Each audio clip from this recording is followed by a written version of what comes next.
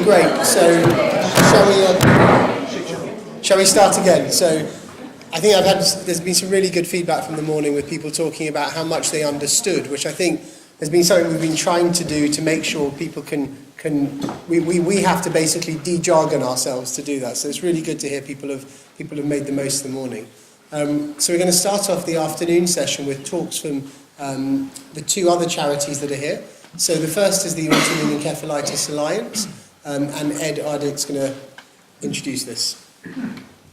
Hello, everybody.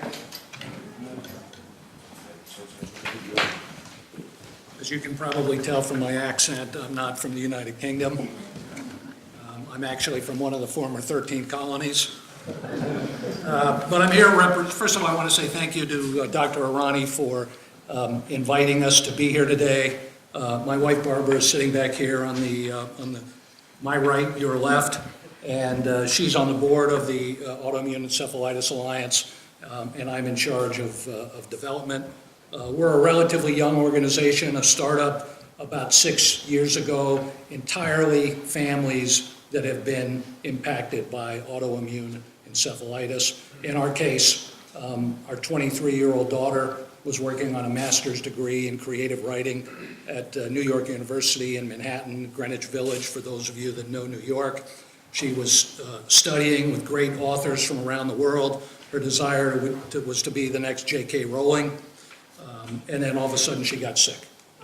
The good news for us and for her, despite the fact that it was almost 5 full months in the hospital, was that she was diagnosed quickly with autoimmune encephalitis, NMDA receptor encephalitis. She was treated with a lot of work from her parents and friends who pushed for more aggressive treatment. She was treated aggressively, and the good news is within a year and a half, she was off all medications. Okay, so here we are in 2018. She got sick in the spring of 2013, so she's been off medication now for probably 3 full years, and she made a switch in her mind. Instead of being the next J.K. Rowling, I think there's a part of her that still wants to do that, but she changed her mind and she came to her mom and her dad and she said, now I want to be a doctor. And so she's now applied to medical school in the U.S., and fingers crossed, knock wood, we're hopeful that she's going to be getting into medical school, and her grades and her test scores, I think, clearly support that. A few other thoughts, and then I have a video that I want to show you. Our alliance comes out of North Carolina. That's where we're headquartered. We have a very, very small staff, as all startups do. Our friends from the Encephalitis Society here in the UK, I want to stress the words, our friends, because we work closely together. They've been around for a long time, and they have a great reach globally, and they do great work. Again, our focus is really on the autoimmune part of the disease, and we're mostly U.S. based and U.S. focused, but our website is available. We gave you some information in your folders, and you can reach out to our website. We have a number of things that you can interact with, including a smart patient part of our website that allows you to get involved in some type of online dialogue with other people. I will tell you that online dialogue is sort of governed by a third party that makes sure people are being appropriate and not inappropriate. Our focus strategically as an organization, we went through a strategic planning process earlier this year. Number one, and you can get a sense of it from the stories that have been told today, our number one goal is physician education, physician awareness. I mean, where does a patient present? Typically, most people who, when they start to have symptoms of some sort, don't say, I got to go see a neurologist. That's not usually at the top of people's lists. They might go to an emergency room, they might call their regular doctor, and so we have set as a goal to work throughout the United States and certainly online in other places that we can to alert doctors to the early signs and the early symptoms of autoimmune encephalitis so that the light bulb can go off and they can think about it and they can immediately start to think about testing or things like that need to be done. So informing the physicians is number one. Obviously, connecting patients with doctors who have experience is another big part. I would call that goal number 2. And goal number 3 would be generating fundraising as best we can, not to compete with others that are here, but obviously we would like to generate fundraising for research, and we have a lot of doctors from around the world contact us for support. We have a scientific advisory board. Dr. Irani is on that scientific advisory board. You can see the people who are on it on our website, and it is made up of leading researchers and doctors from around the world, something that we're very, very proud of.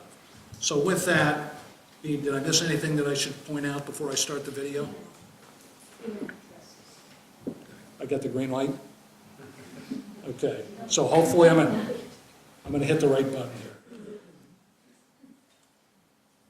I started with symptoms of just manic paranoia. I was frantic. I thought that there were trucks chasing me. I went to meet my wife for dinner.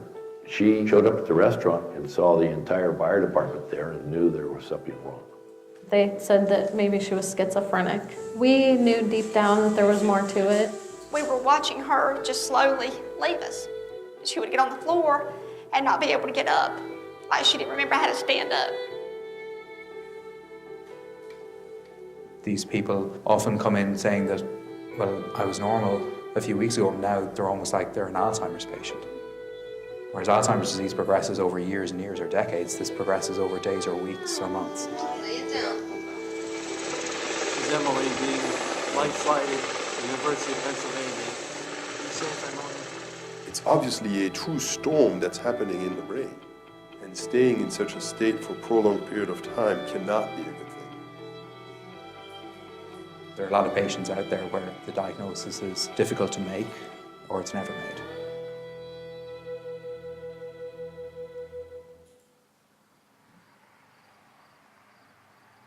Autoimmune encephalitis is a disorder where the immune system attacks the brain and results in neurological dysfunction. It can affect both men and women, from babies all the way up to the elderly. The signs and symptoms we see really vary depending on which part of the brain is being affected and which part of the immune system is really causing the inflammation. It makes it very difficult to diagnose it accurately. They go to the doctors aren't figuring out what's wrong with them, they're going on treatments but they're not getting better. It's being missed.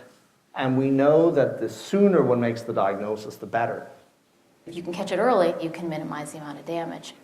Once it gets going, it takes a lot more medications, a lot stronger medications, and you may be left with a lot of residual damage that you can't recover from. It was a busy life, still worked, running a CPA firm. I was heavily involved in the community, active, never stopped.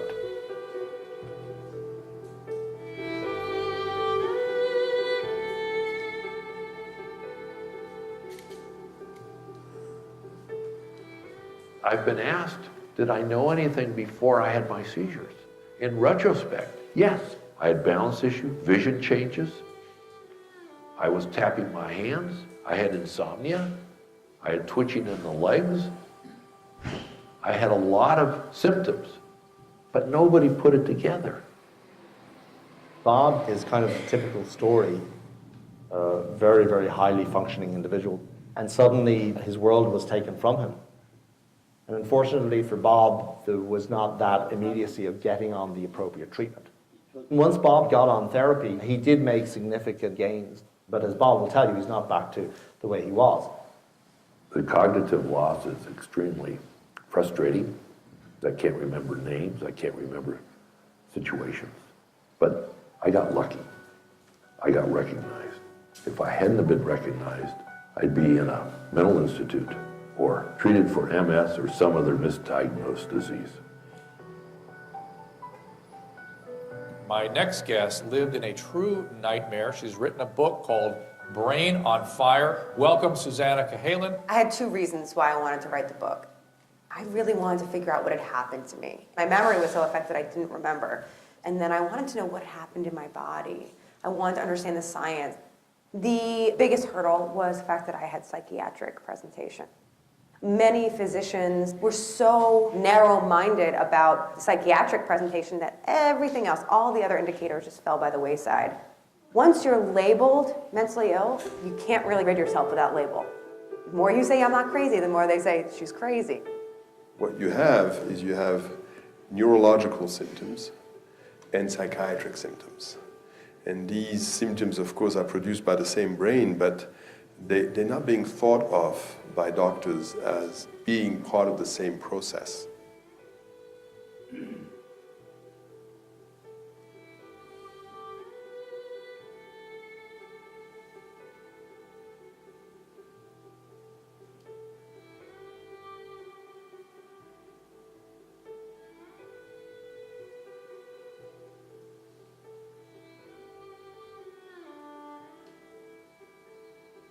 What's amazing about this disease is that if you catch this and you treat it, 80% recover. 80% recover. When I was first diagnosed, I was the 217th person with this. Talking to experts, they think it's just the tip of the iceberg, that there are so many people who are undiagnosed. It just makes you think, how many people out there are suffering from this and who might never get a diagnosis? I don't know. And there's Florence. Florence, blow kisses. When Florence was 2.5, she first presented with ataxia, which means she wasn't able to use her left leg. She was limping. Doctors tried to search for cancers, for genetic diseases. You know, over the course of 3 years, we were basically casting a net based on symptoms to try to figure out what the disease was. There is a sense of exasperation in a lot of parents when we meet them, with just being frustrated and desperate with the system that isn't really serving them or their children well. It was a long medical mystery looking for what eventually became known as autoimmune encephalitis.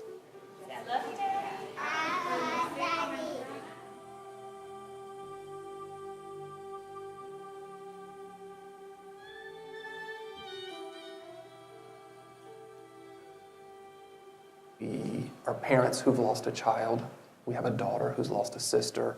You can't imagine how you get through, but you do it one day at a time. That's how Florence fought her disease. You know, there's a lot of good that can come from this, if that's even possible to imagine. The families and the patients themselves really have a powerful voice in changing the trajectory of autoimmune encephalitis. My mission is to educate doctors throughout the country as to the symptoms of this disease so that people can be properly treated and timely treated. I don't want anybody else to go through and experience what I've had. If you would have seen me then, you wouldn't have recognized me. And I think about how extremely lucky I was to meet a man who thought outside the box. And my goal, I wrote a book about it, talking about it, my goal is to even the playing field. I really want everyone to be as lucky as I was.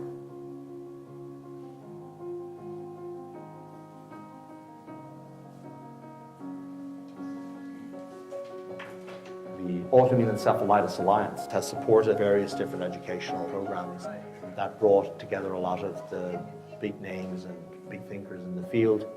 We are just thrilled to have this much brain power in one room. We really did not want our daughter's life to be lost without a purpose. And it led us to this place where we are today, having all of you here. So thank you. If a patient's lucky enough to come to one of you, they'll probably do fine. But the truth is that the profession is not at this level, and this is our mission is communication. Thank you so much for being here. The Alliance has accomplished a lot. There's still a lot more to be done. If they can grow, the Alliance has the potential to become a major player in the education of the medical profession in this area. And this can have a significant impact in patients' lives.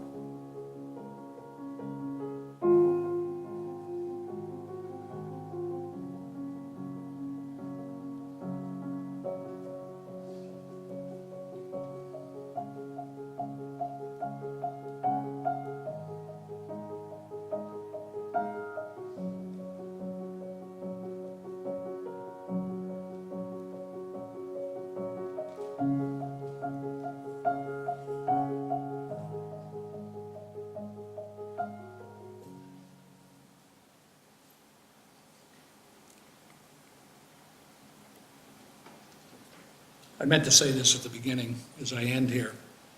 Every time I watch this movie, I tear up. And part of that's probably because of what I lived through when my daughter was sick. But part of it is meeting people like you and people at other conferences that I go to, and I hear the stories, and then I watch the stories here, and it causes me to tear up each and every time I watch it. Even when I'm home by myself, if I play the video, I tear up. I assume I'm not the only one today doing that. Thank you again for your time. And it's great for us to be here. My wife and I will be here for the rest of the day and look forward to meeting any of you that want to talk during the break. Thanks very much.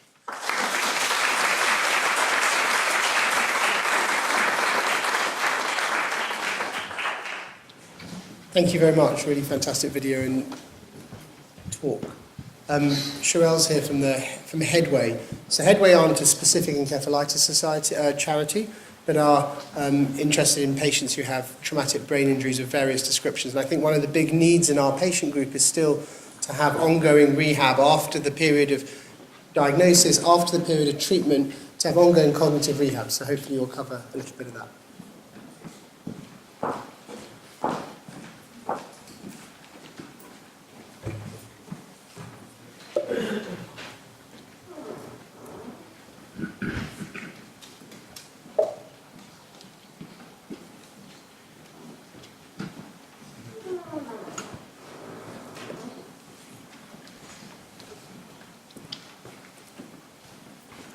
So hello everyone, I'm Sherelle and I work at Headway Oxfordshire. I just want to say thank you to Dr. Rani and the team for the invite here today, and I've met so many incredible people here and learnt so much about encephalitis. So I'm going to talk a little bit about Headway Oxfordshire. Can I just start by seeing who here has heard of Headway or Headway Oxfordshire in the audience? Okay, so about half. So hopefully after this presentation you'll all have your hand up. There was a gentleman earlier who asked the question about what kind of rehabilitation is after the rehabilitation in hospitals. So hopefully that answers the question today. So I'm just going to recap quickly about some of the effects that brain injury has after the statistics. So every year, 4,000 people in Oxfordshire are admitted to hospital with a brain injury. So this could be as a result of either an acquired brain injury through stroke, bleed on the brain, encephalitis, hemorrhage, hypoxic or anoxic brain injury, and tumours. So we support any one of these people who've had a brain injury. So traumatic brain injury through sporting injury as well, or car traffic accident or a fall. So as you probably learnt today, that brain injury is a highly complex condition, and some of you have had experience with it, and it can affect people in many different ways. So some of the effects that are involved are speech, language, mobility, memory, vision, personality are also affected. Some statistics for you.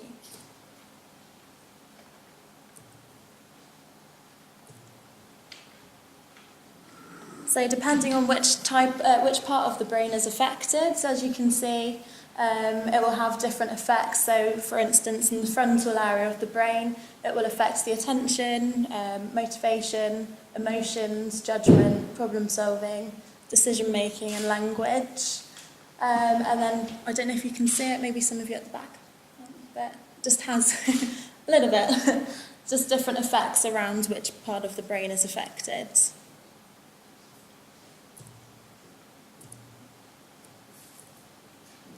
So here is a list of some of the long-term effects that brain injury can have. So in terms of physical, you can have weakness or paralysis, spasticity or atoxic movements, sensory impairments, fatigue, speech difficulties, hormone imbalances. And in terms of cognitive, here are some of the effects of brain injury. So language loss, reduced intonation and motivation, reduced information processing, repetition, impaired reasoning, lack of sight, lack of empathy. As you may have heard some of the stories today, you can see them match up. And in terms of emotional and behavioural, there's personality changes, mood swings, emotional lability, depression, lost sense of self, anxiety, frustration and anger, impulsiveness, and obsessive behaviour. So, as I mentioned before, it can affect people in many different ways depending on which part of the brain is affected. So, other supporting needs that an individual may have after having a brain injury can be around social issues, employment. Often people after they've had a brain injury will sometimes go back into work but find maybe they're not ready, or as we've heard before, it might be seen as an invisible disability, so helping an employer understand that this person may not be ready to go back into work and working with them to help them understand that. They may need support around family roles, housing and social networks, as well as finances. So I just want to show you this video. Oh, no, I don't, not yet. So Headway Oxfordshire, you said you've heard of Headway before. So Headway UK is based in Nottingham, and then there are many other different centres around the UK and groups. So our centre's based in Kennington, and there we have activities and rehabilitation. So we provide physiotherapy, we've got specialist equipment, including an IRAC. So the IREX equipment, you appear on the screen and it monitors your movements and progression. So very few places around the UK actually have this piece of equipment. We also provide speech and language therapy, as well as arts and music therapy. So arts and music has been proven to support the rehabilitation process with brain injury. At the moment, we've just started the Christmas crafts. We've got cookery courses, yoga, a whole range of activities, and we work closely with the colleges as well, so sometimes they come in, and also the hospitals. We also provide one-on-one community support within Oxfordshire, so that could be through our ABI support workers going out to people's homes. It could be helping out with laundry, taking pets for a walk, as simple things that I'd see as simple as like making a tea, but also like filling in forms, applying for jobs, that kind of thing. And we also provide transport within the community, so maybe if someone wants to get to the centre but they can't because of mobility issues or because they're in a rural area, then our ABI support workers will give them transport to help them out there. So our main goal is to enhance socialisation and help people with brain injury integrate back into community life. So here's a picture of our centre taken in sunny October. And this is Gary, so second in from the left. He runs an arts class, and they're some of the people who come to our centre, and his artwork's amazing. It was just this weekend at the Oxford Christmas Lights Festival, and we're selling Christmas cards, and Gary was selling his artwork there as well, all in aid of Headway Oxfordshire.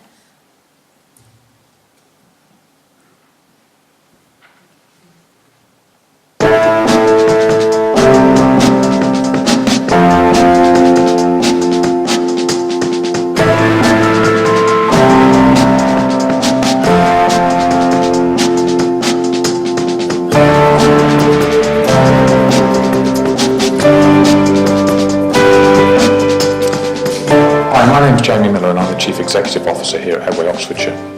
If you are affected by a brain injury or you care for someone who is, you may need the specialist support services that Headway Oxfordshire can offer.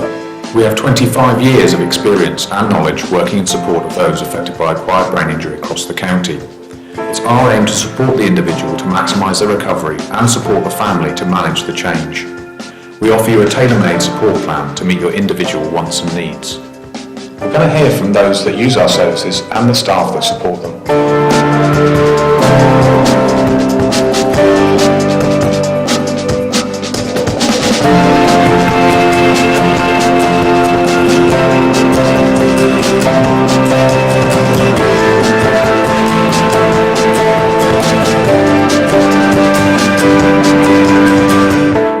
I'm Walt, and come to Headway for 3.5 years.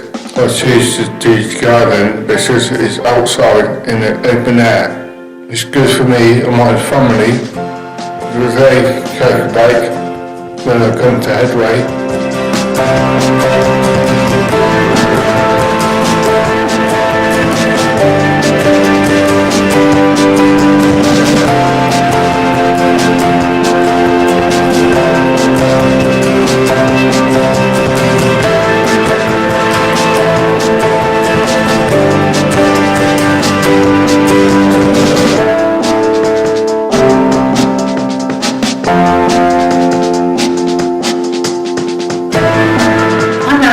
One of the community neurophysiotherapists.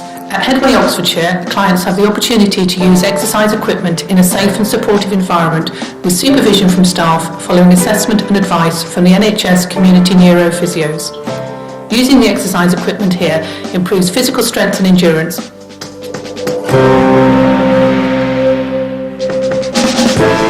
As well as offering Tai Chi as a therapy here at Headway, we also offer yoga, brain gym, which is a form of kinesiology, and personal development workshops that focus on things like goal setting and building confidence.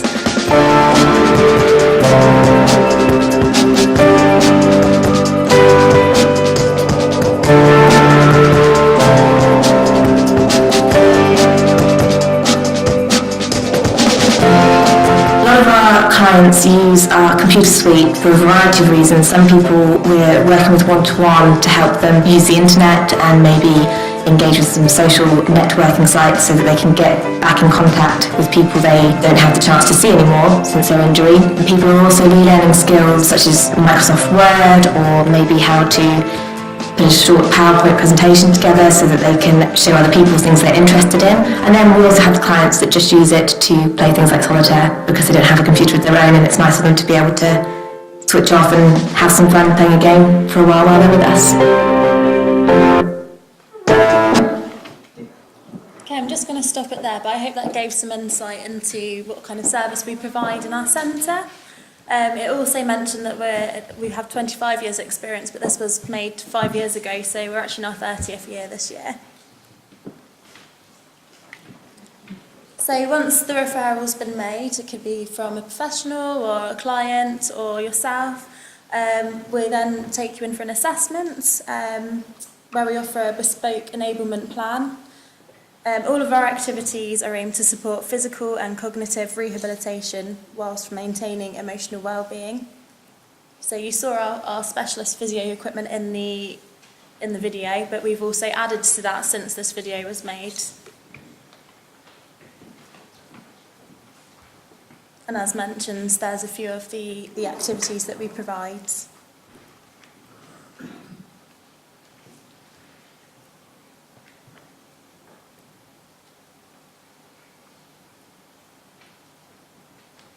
So I've already talked to you a little bit about the community work.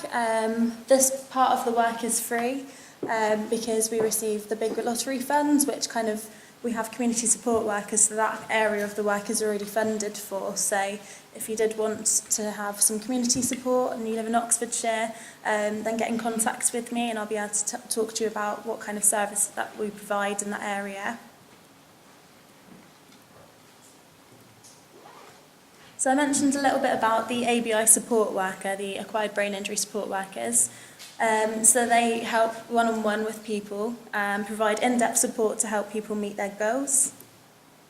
We set smart targets where appropriate, and all of our ABI support workers have specialist understanding and training on brain injury. We also offer vocational support, so enrolling for further education courses, support identifying and applying for employment opportunities. We liaise with volunteers at job centres, employers, and we help prepare work via CVs and things like that.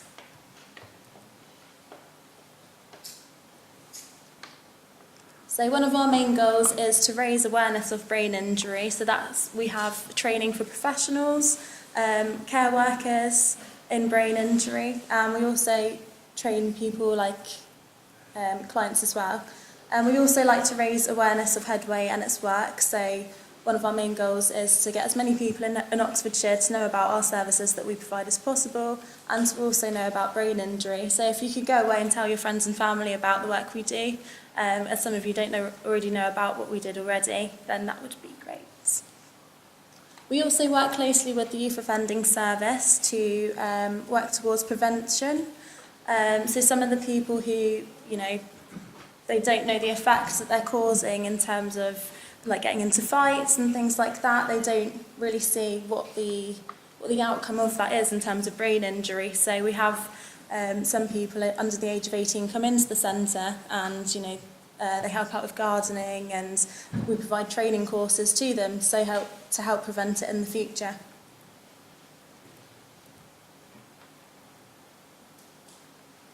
I mentioned that the community work is free of charge. We can also support clients to obtain personal budgets for additional support they may need for attending the Activities and Rehabilitation Centre, as well as the ABI Support Worker Service and Carer Respites.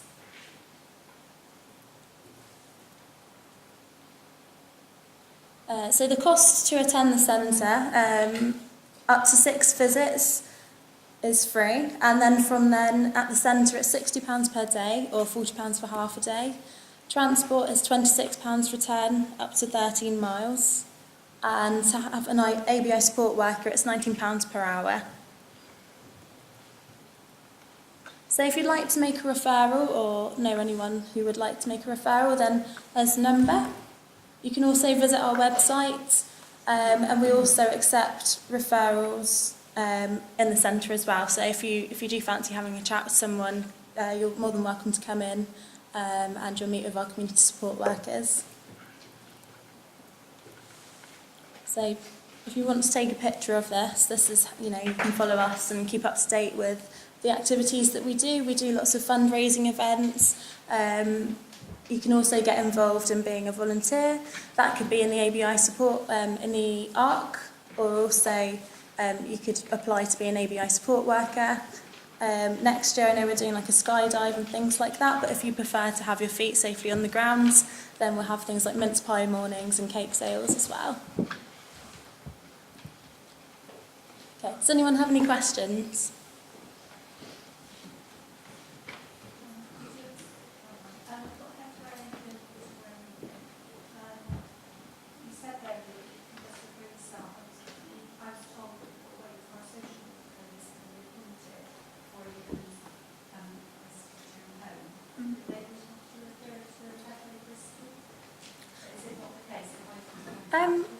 I think it's separate for each headway, because I said each one's got different rules and regulations, and we're all self-funded, so it might be a little bit different depending on which headway you attend.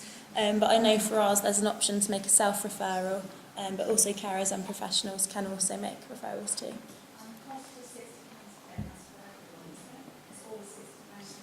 Yeah, and as I mentioned, you can get support, and we'll help you get support from funding if it's applicable. Can I just say that isn't perfect way? Not all of them are run to that standard? No, so everyone's different. So we're a centre. Our Activities and Rehabilitation Centre does run itself almost. But as I mentioned, the big lottery, we've had it for 4 years now, and the community support work, we're hoping to get it for a 5th year. So fingers crossed. But there are other groups and centres that they haven't expanded as much as we have in Oxford. For instance, there are just groups of friends that come together and they have care networks around wherever they are. But it does depend and vary depending on which headway you go to. So it's really opposed to lotteries that we get in school? Essentially, yes. But I mean, if someone came to us, then I'd like to think that we would help people, and I'm sure we would. But yeah, it does vary depending on which headway is closest. Hi, Susanna. I live in Stroud, and I was as part of my hospital discharge, I went to the headway in Gloucester. They were brilliant for my recovery. Fantastic. It's always good to hear people that we've helped, so thank you. Okay, does anyone have any questions? Or? Tell us about a capacity. So if we see, say, 4 or 5 new patients a month, how many of those can you deal with just logistically? So obviously there's like limited resources, but I'd say in our centre we have room for people to come along to. At the moment we have about 30 people a day, and then also we help out in the community about around 400. So just depending on, you know, it all turns everything. So the more ABI support workers that we have, we're always advertising for ABI support workers. The more people we can help in the community, so it does depend, but I couldn't answer you specifically. But those numbers don't sound off-putting. No. Okay. Yeah, thank you. Sorry, I just say, we said away quite fast, and they have been, especially in Oxfordshire, particularly good at addressing unmet needs. So, thank you very much for all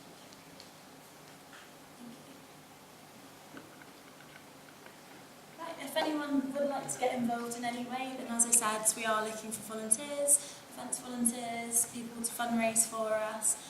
I'll be more than happy to help you. And if you can't give your time to support us, then we are selling packs of Christmas cards outside in the foyer.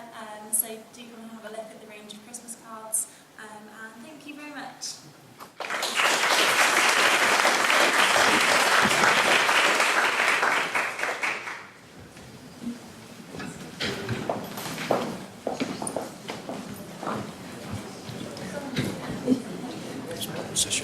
That's right.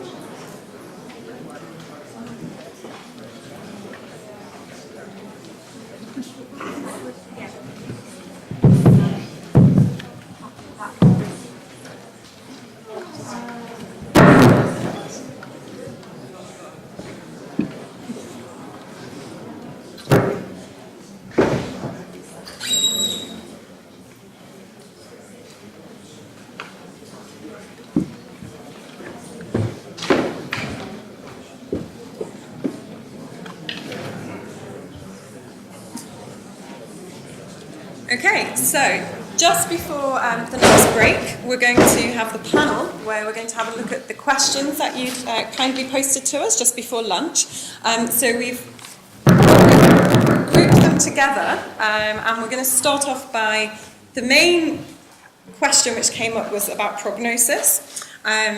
So with these diseases, the NMDA probably has the best prognosis, and overall the prognosis is good, but probably a little bit less so with LGR1 and Caspar-2. And so it really does depend on the type of autoimmune encephalitis. And the next big question that came up really was about carers and support for the carer as well as patients. So we wondered whether maybe we could put this to Dr. Okai and to maybe John from the Encephalitis Society to help to answer this one. So I think the question is, what's the post-encephalitis care that can be offered? Okay, well obviously us as an organisation, we may be, I don't want to make it all about us. I will say, maybe aim to, when some of those services stop and the health provision that people have, when that starts to tail off, we can hopefully fill that gap, because there are those tail end questions that people have, those questions that maybe they can't wait to see a specialist, or often the key one is, I've got a specialist appointment coming, what should I ask them? So that's often what we would offer, but we also offer events, and we're trying to do more events, that because one of the biggest rewards is seeing people get together.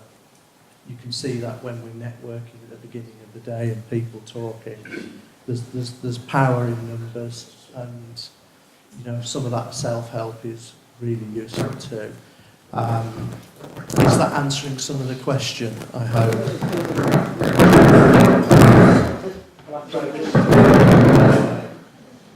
Should we throw them away? I don't know if that's answered some of the question. I'm happy to take questions, but a lot of it is trying to fill that void, but as I alluded to earlier, there's all the, you can go to a great place like John Radcliffe and some of the other great places. People get referred and you hear families and people thinking, wow, there's hope. And they go through that. They come back to the community and maybe they can't get that referral to psychology. And this is where we see it fall apart. Because there's family resilience tied up in that. And that for me is a big void. If anyone said, where's the, the diagnosis and skills is really moving on at a phenomenal pace when we look at autoimmune encephalitis forms, and it's wonderful to be part of it. But we're very good at putting people back together. It's when they get into that community thing that we must keep it going, because encephalitis doesn't just affect one person, it affects a family, and it doesn't stop when you go home. You don't just pick up with your life. There's more to come. Yeah, so thank you to whoever asked this question. I didn't really highlight it much in the presentation, but one of the main aspects that we do provide is care support and respite. So actually tonight we have behavioural changes at the Headway Centre in Kennington. It's for carers to learn all about behavioural changes and effects after brain injury. We recently had a course on fatigue, and in October we had a course on memory loss. So it's really specific to areas of the effects after brain injury and highlighting how carers can help in these areas. But yeah, that's a big part of our service is the carer support. Before the cuts in 2016 we also provided carer breaks as well, but unfortunately this doesn't run anymore. But we do have social networking groups in the area, and we will have events that go on that are more social sides as well. Can I just say, that information can be lovely when the actual patient is in hospital as well, so that the carer has that support. Can Headway not be able to reach other areas such as hospitals, and if encephalitis suffers from whatever the age is, but that carer is then getting the support initially, rather than, you think of a patient who's extremely sick, and you're working in the dark trying to find help. If you could liaise with the hospitals and be in there right from the very beginning, it would help enormously. I definitely agree with that statement, and we do have our 2 community support workers who go out into the hospitals. It's not a formal contract, but we do have some kind of partnership with the universities in Oxfordshire. I think we're talking about further projects though. Yes. I think it's the hospital's job as well, though, because it actually and so many, resources. it's too much for a single charity to reach out. So the 2 community support workers and community workers got funded, so that kind of covers those 2. But it'd be great to have, a wide base of people that could go into hospitals and constantly be telling people about the work that we do. Because I agree with you, it's something you're left in the dark and about care and support that's needed afterwards. So it would be great if everyone was aware of this, but just don't have the resources yet. Can I add something on that? It is fabulous. I recommend Headway all the time. But there is a real lack of neuropsychologists out there and the waiting times that people have.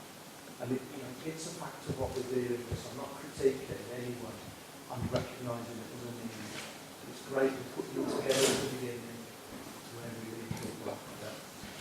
Maybe it doesn't appear to me as an exciting profession, but through the home, they're always in short supply.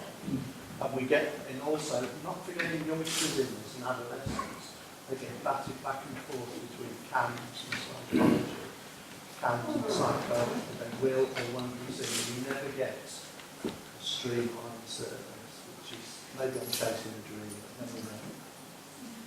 David, do you want to talk about something? I guess my personal view is carers are the unsung heroes of the NHS in many ways. So if you were to work out how much we save in terms of costs by virtue of carers picking up on the work that perhaps could actually be done in professionals with perfect service, well then the cost within the NHS would skyrocket.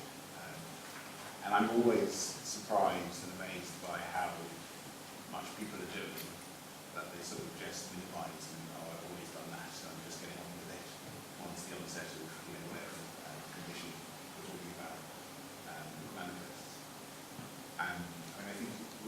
say that there are some three pillars of care. There's the primary care as a GP, there's us, and then there's the carers. And if one of those three pillars starts to fall down and fail in any way, then you're in real trouble.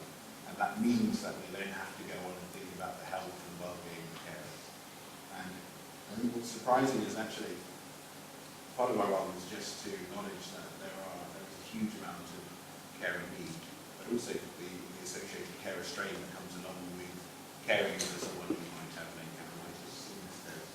And one of the we really do have to think about a streamlined way, as you say, think about how we improve that care.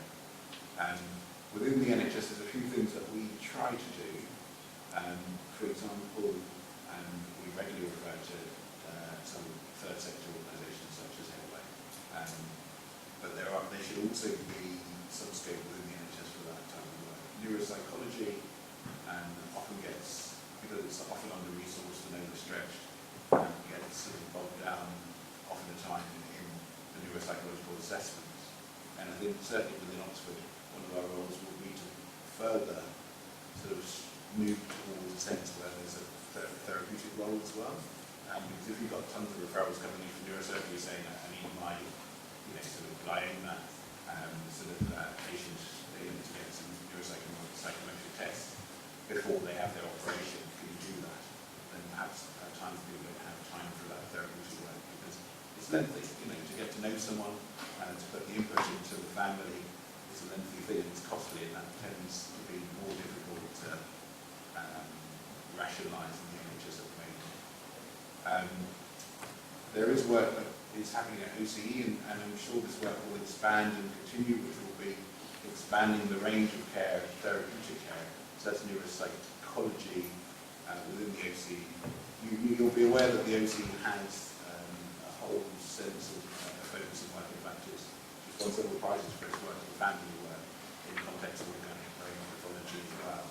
And I think that's really important, so it's not that we're trying to provide therapy purely for the patient, but actually thinking about the whole family. And I think that's what we'll be aiming to do here.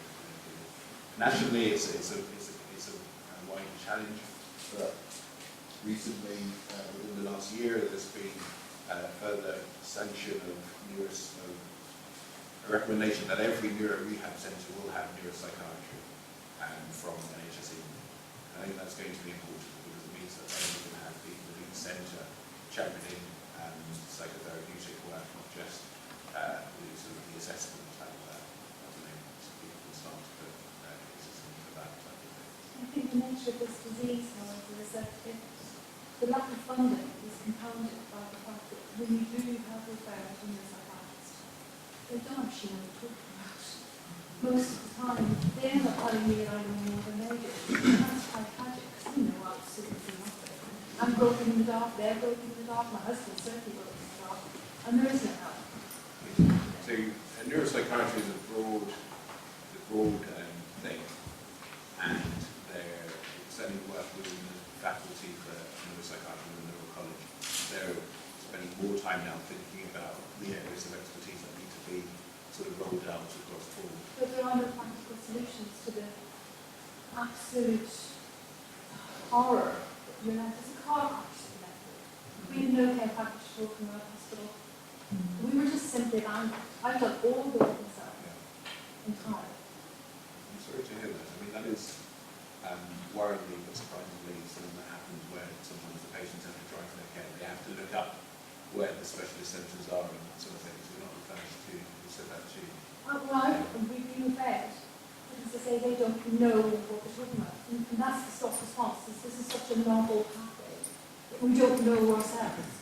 And I've actually been referred myself through my own GP because she was worried about my own health. And in my mental health assessment, I was told I was too clever. There was nothing wrong with me. Now that's catastrophic. And for me, that's really catastrophic.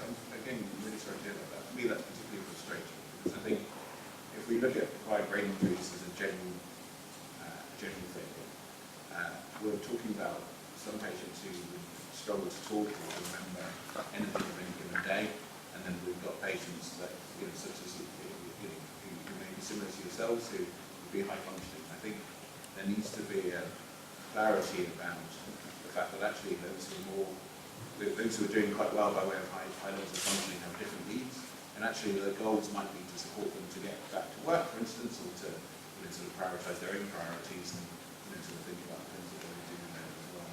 So I think Sirosh and I and the rest of the team would be keen to start to think about specialist work for patients like this, which means that we can have collective areas, which means that actually people aren't.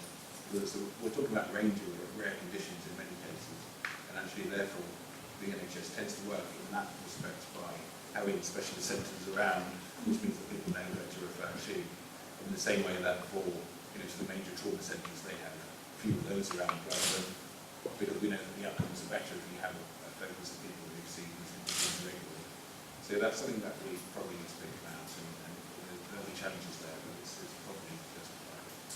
And while we've got you, David, talking about these things, so the other question that came up a lot in terms of prognosis was how about what can we do to treat the neuropsychiatric side effects that are left in these patients? So I guess the main things that we've seen are fatigue, and then people have talked about anxiety. Can you just give us a few words? Yeah, so fatigue is probably the most common neuropsychiatric or non-neurological, sort of main neurological, people talk about arms and legs and movements, probably the main neuropsychiatric symptom associated with these conditions would be my view.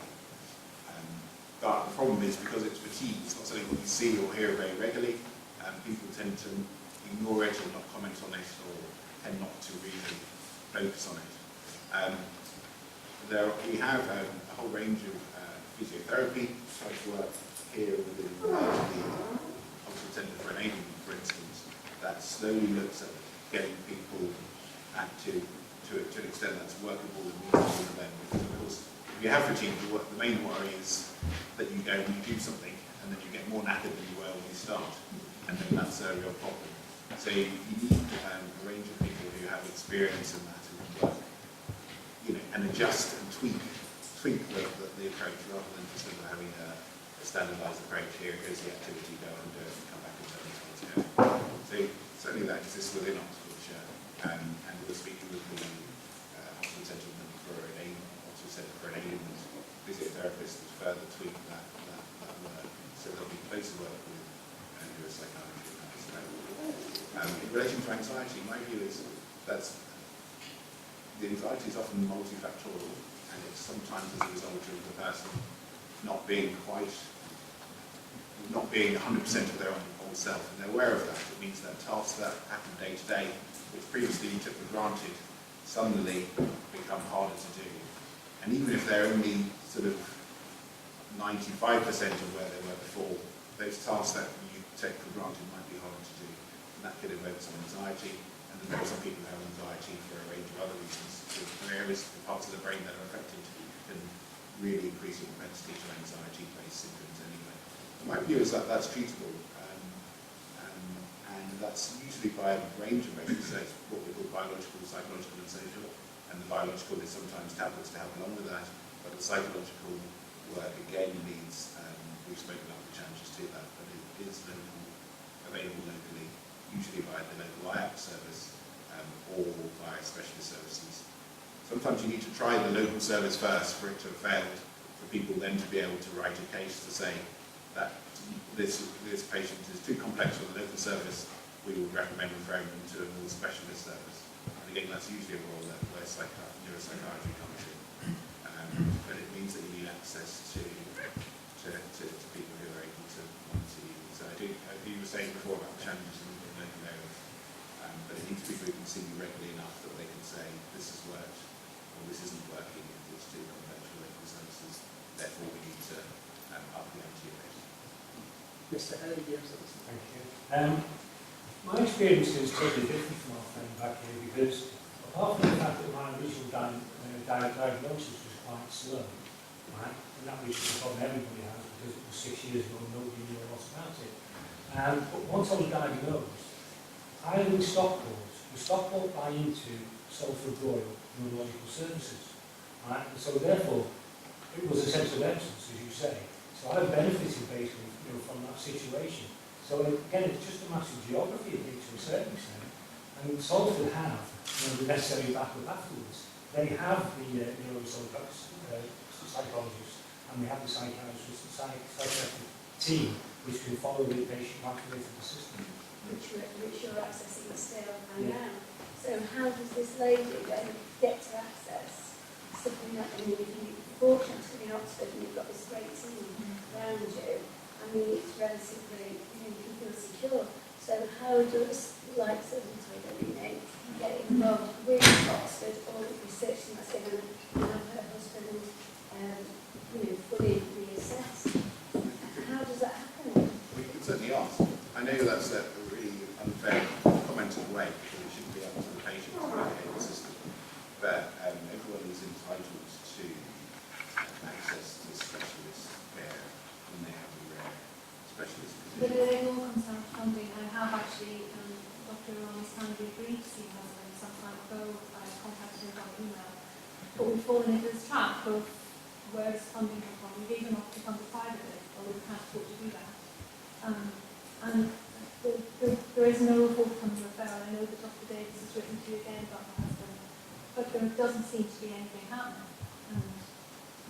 And the reality is, oftentimes it's the GP plus the person in secondary care, so that's the local hospital, who work together to get that funding for tertiary input. So that means that the GP, because it's the GP who has to write that letter. So oftentimes if I'm making a referral to anything specialist, you know, I'll say use my letter.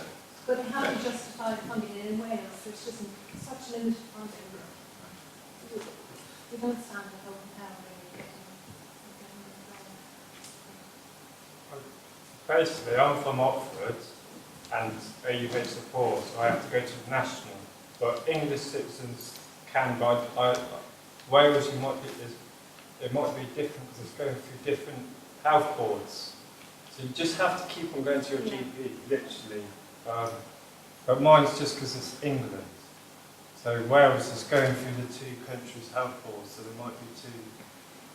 So it makes things complicated, basically. But you can do it. I go to the national, that's Queen Square. So, Thank you. Mr. Levy? Yeah. Sorry, I have a question which I think is linked with it. It's an inconvenient one that I've asked before to my own doctors, which is that when you come out of some sort of treatment, the conversation for me twice now has been, shall we take you down, Dr. Prentice, away, you seem okay, let's leave it as it is, which is great, and I'm grateful for it. But then there is an experience of coming home grateful, but fairly passive. And so it's probably not surprising that people here, certainly I have done a terrible deed of going on Google, putting some keywords in, and then finding, well, great, charities are up there at the top. Then there seems to be a whole bunch of pseudo-scientific studies about which diet you should be on, and you should have holy broth every night. And some of that is in ancient wisdom, some of it seems to be qualified doctors who, when you dig, seem to be linked to, approving and putting their name to certain diets and books that have been written. Then there are the narratives and the stories. But for page after page after page, with a few academic journal articles just hidden in there because no one's using the search optimization properly anyway, you can be confused. When I've asked the doctors, this sounds like a complaint that isn't anything about, is there anything in that? Is there anything I should be doing? Is there anything I should be eating? There seem to be studies about autoimmunity being stimulated by too much sugar, or is there any way I can empower myself? The eyes are averted, and you look down at your notes quite right because these are not double-blind trials, you have a particular approach to science, which I am grateful for. But the danger is you then go into a place of sort of grateful paralysis. And if the services aren't there as well, you're just at home until the next appointment comes. And so my question, which I don't expect an answer to, is there anything I should be eating? Is any of it any good for me? Should I just be having macaroni cheese? And do you not have a role in that, given that your first slide said the environment could well be the cause of a lot of this, or at least part of the into it. The silence at the moment isn't very good if you want to have any feeling of empowerment. And when it's linked to having services that are not available in your area, you're basically paralyzed. There are a few environmental things we know, very few, but there are a few. So diet is not one. We don't know enough, and that's not to say we're trying to defer the question at all. So we had a meeting about some of the research just before we started today, And one of the points we always make is that ends of one count. Right? So if someone tells us a very clear story of something happened, something else happened, something else happened, you know, it's often proves to be true when you then go and survey 50, 80, 100 patients. So we're not ignoring those sorts of comments at all. In fact, we take them very seriously. But if we then see the pattern quite quickly, then you have to say, okay, it might not be something that can be proven in the population. So then I suppose you have to ask, does it do any harm? If it doesn't do any harm, why not do it? So, you know, if it's something that someone believes in or something that someone has enough kind of personal evidence for, then why not do it? I think that's a reasonable approach. It's that kind of anecdotal offering, which is what you're kind of, I guess, getting at. The other thing is, there are, as I say, there are things that you can do that are proven to help outside of this context and are environmental. So there's a lovely study in Oxford about 2 years ago where patients were made to go and jump on an exercise bike. They'd have their brain scanned before and after. It's very clear that exercise per se, I think it was half an hour, 4 times a week, the hippocampus, so the part of the brain that's affected in some of these diseases, gets bigger. It's very clear, your memory function improves over that time. If you stop exercising, it all goes away. But it's very clear that there's some simple things that are environmental that you can do to help. So I guess the other thing to say is, going back to that point at N of 1, you know, this is how we certainly learn things. So, for example, it's not someone in this room, but some patients, we had a couple of patients who came one after the other and told us a story about something which they were exposed to environmentally. So we're now doing a study which is going to try and understand whether that's true over many patients. Those are notoriously difficult, pitfall-ridden studies, where if you say to someone, do you remember running 6 times and doing 12 press-ups just before you started your illness?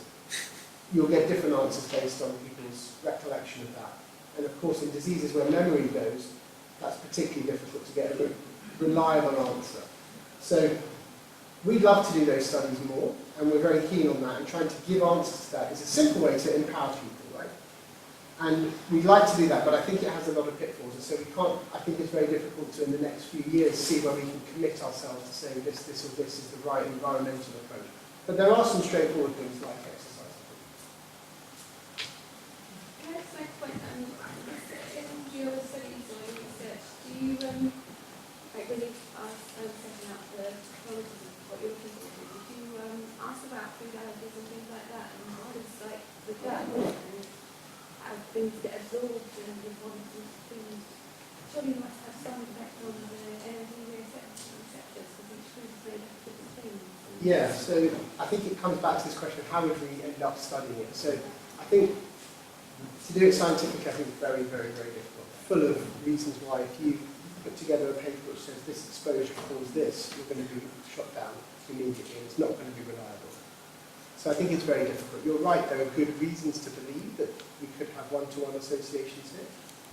And we've just got a grant to study bacteria in the gut, which might predispose to some of this. So that kind of thing is potentially interesting, but it's a very difficult area to touch on. Reliable.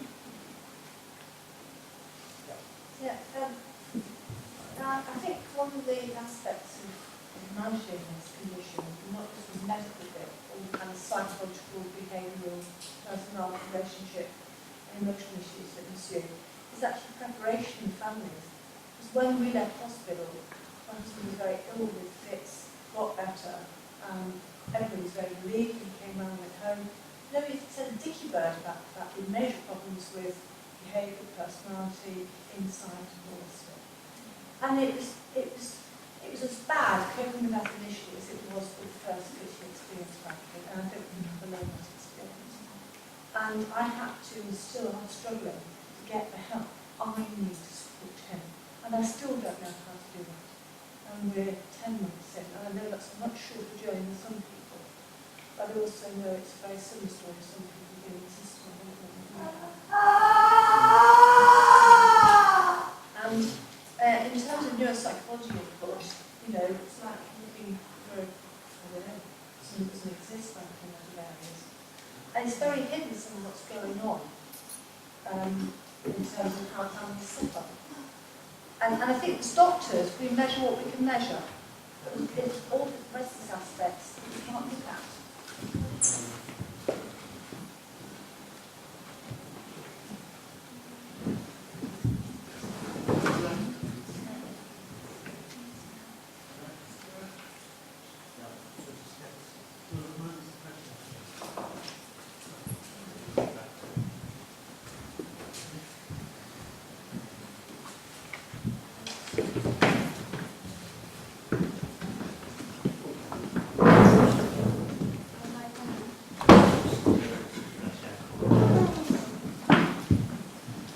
Yes,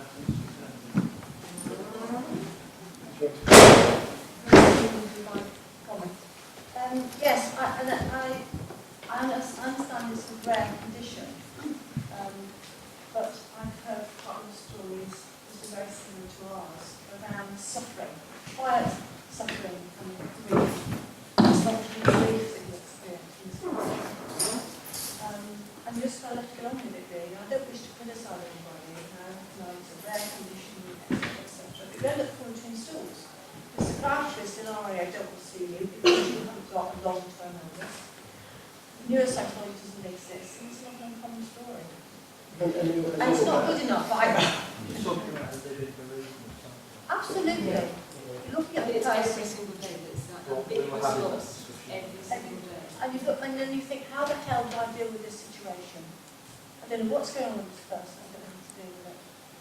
I wonder if it's different for children, because I found that we've been given a lot of support for our son from occupational therapists, speech therapists, got a neuropsychology appointment for him.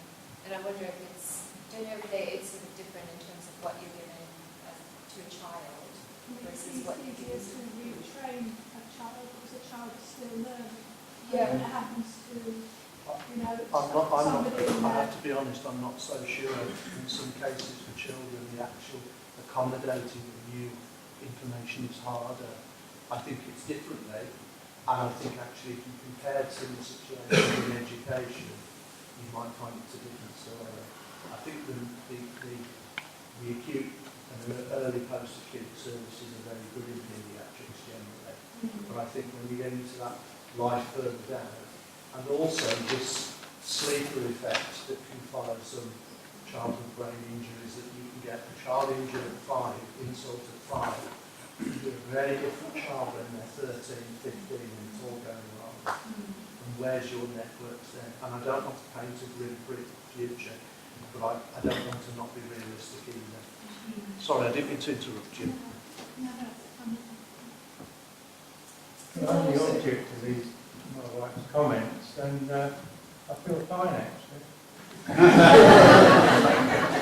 There you go, maybe that's why she's not getting the extra help that she requires. Just sorry, I was going to ask someone that was working the activity. I was just going to ask for patients that have experienced antibody encephalitis. Is there any way that they can get involved with research? And I'm not talking here about participating in a trial or participating in research. I'm talking about advising on maybe the research that's happening. I don't know whether there's a panel that exists for your research. Yes, that's a very good point, because actually 2 of our funders raised that recently. So if there is anyone that would like to be involved in that, and the idea would be we kind of come to you with options and ideas, and you'd say, that's silly, why don't you do this? And we talk through those ideas, then that would be really helpful. If anyone here would like to do that, we'd need sort of 3 or 4 people who would be kind of interested in that, and that would be really, really helpful. That's a really good If point. you needed any support from any of that. Okay, thank you. Thank you, great. It's a whole question of this. I think one of the things that's come out, this is over a period of time as well, we need to increase the awareness of this particular complaint. Now, a gentleman, our friend from the colonies, in a conversation with him before, he did say that there was a film being made. Did you say, tell me that? Yes. So in the video that I showed, Susanna Kuhaylan was the author of the book Brain on Fire. Okay. When it first came out, which I think was about 2013, it went to the top of the New York Times bestseller list. Then, a few years later, it was licensed to some Hollywood producer types to turn it into a movie. They did. It premiered about a year and a half ago. Yeah. So it premiered about a year and a half ago at the Toronto Film Festival. It was purchased by Netflix. So for those of you that have access to Netflix, you can search Brain on Fire, and the movie will come up. I'm not going to tell you it's an Academy Award, Oscar-winning movie, but for everybody that has experience here with this type of a disease, it's Susanna's story. It's difficult to watch. It's difficult to watch, there's no question about it. I mean, when I first looked at the book when my daughter was sick with the same disease, I could read 2 pages and close the book and cry. And then I'd read 2 more pages and do the same thing. So it is difficult to watch, but at the same time, there's a personal connection to it because of your own experience. I just wanted to add to that, when our daughter was first ill, Right on Fire, the book, had just come out a little bit before that, and a friend of mine was reading the book, and she called me up, and she said, it sounds like your daughter has this disease. And it took about another week for the doctors in the hospital to come to the same conclusion. So that is a great way to increase awareness in the general population, having a book like that out or a movie like that out. And as probably everyone here that's been touched by the disease can share, friends and colleagues have no idea what we go through. You can try to explain it, but they have no idea. And so a movie or a book like this really helps to increase that awareness. Thank you. So we've covered actually most of the research questions with this, with these last few points. The main thing we haven't really spoken about is levels of antibodies. So that was a question which came up from a lot of you. And we've spoken about this already briefly in the morning. So they're highest for all of the autoimmune encephalitides at the very start of the disease, and they can go down with treatments such as washing of the blood with the plasma exchange. But they're often detectable for a long period of time, but this is really dependent on which type of autoimmune encephalitis you have, and it should be interpreted lightly, so it should be really the patient that we look at and how they're doing clinically. I don't know if Suresh wants to add to that. Maybe you could just talk about how you would deal with someone who's doing really well clinically, they're getting better, their memory's improving, etc., but their antibody levels are really, really high still. So, I mean, it's difficult because firstly we should consider blood and spinal fluid as well. But if someone's doing really well, you probably don't want to change their treatment so much because you know the antibody will persist for a long time. So, if someone's doing really well... Do you ever disagree with that? Do you ever treat someone because their antibody is changing when they're not changing? No. We base our clinical management and clinical treatment and we base it on clinical grounds. So if the patient is well and has been well for a while, the antibody is really high.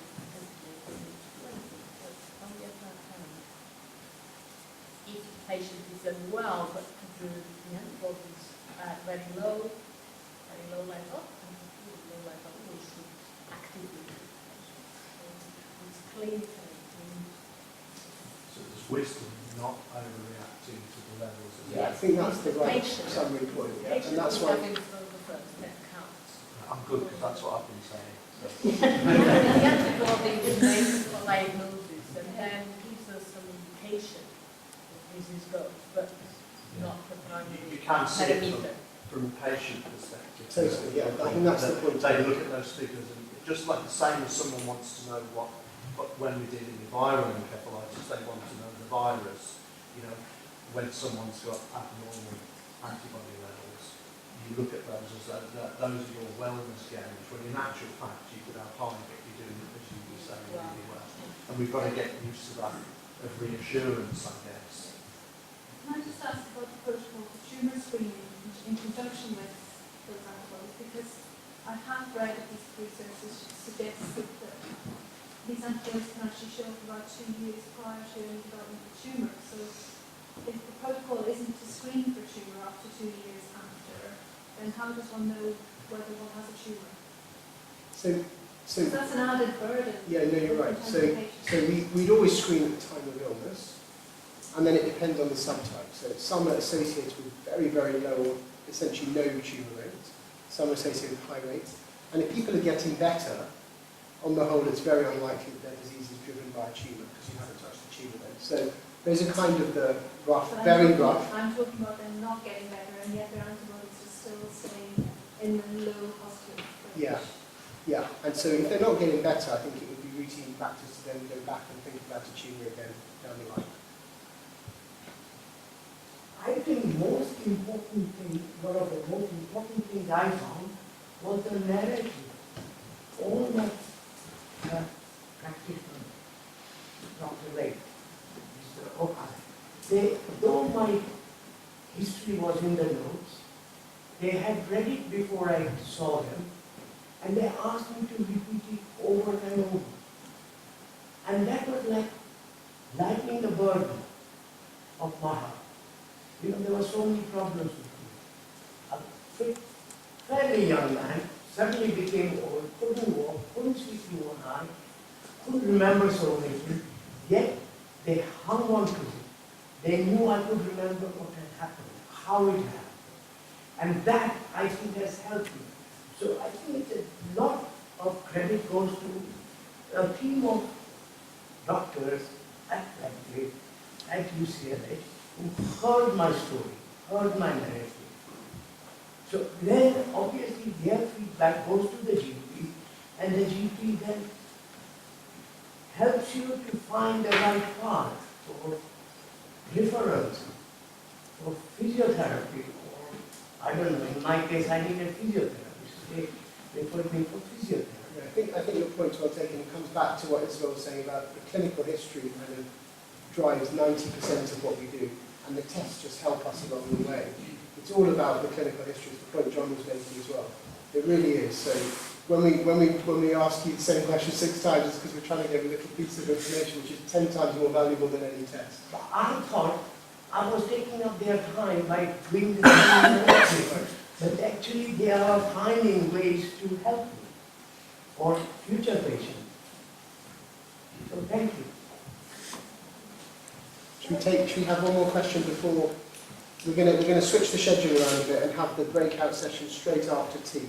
So let's have one more question, then we'll jump out for tea and we'll organise you into 3 groups and we'll explain what we're going to do. Can I just check with you, because I'm going to go in a minute, but I've had introduction twice. I had one encephalitis in 1988, and then I had cancer in NDDA in 2002. So I just wondered how, whether an antibody stayed with me from the first episode, and then they sort of like helped or set up something with the second episode. Yeah. You said a 4-year gap between them. No, 88 was the viral antibiotics, and then 2002 was the anti-NDA. The gap that's described in the now well-established association between the two is a few weeks. So it feels like yours is a different entity, and I think probably hasn't been well described. I made some antibodies in the first one, and then they say sort of I recovered, but they still resistant to help me fight the second. We could talk about it a bit more. There's a few possibilities, yeah.